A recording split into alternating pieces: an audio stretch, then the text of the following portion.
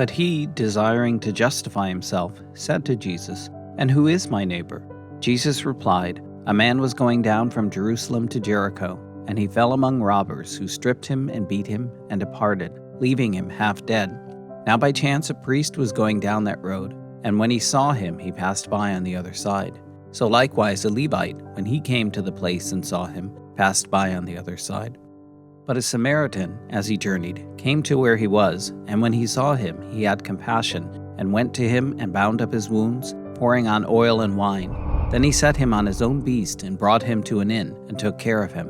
And the next day he took out 2 denarii, and gave them to the innkeeper, saying, 'Take care of him, and whatever more you spend, I will repay you when I come back.' Which of these 3 do you think proved neighbor to the man who fell among the robbers?" He said, "The one who showed mercy on him." And Jesus said to him, "Go and do likewise." Luke 10:29-37.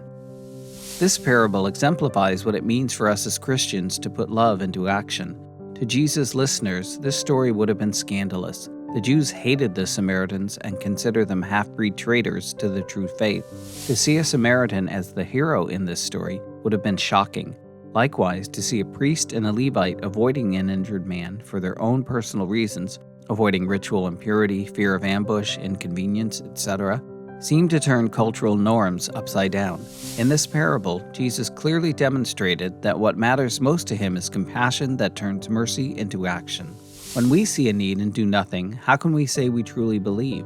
One of the beautiful things about being Catholic is that we see salvation as faith working itself out over and over, day by day, in acts of charity.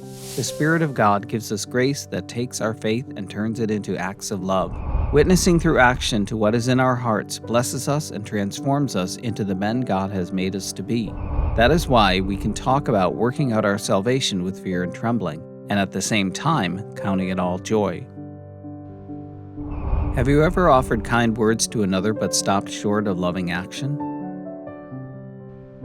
How does working out your faith through acts of charity bring you joy and strength?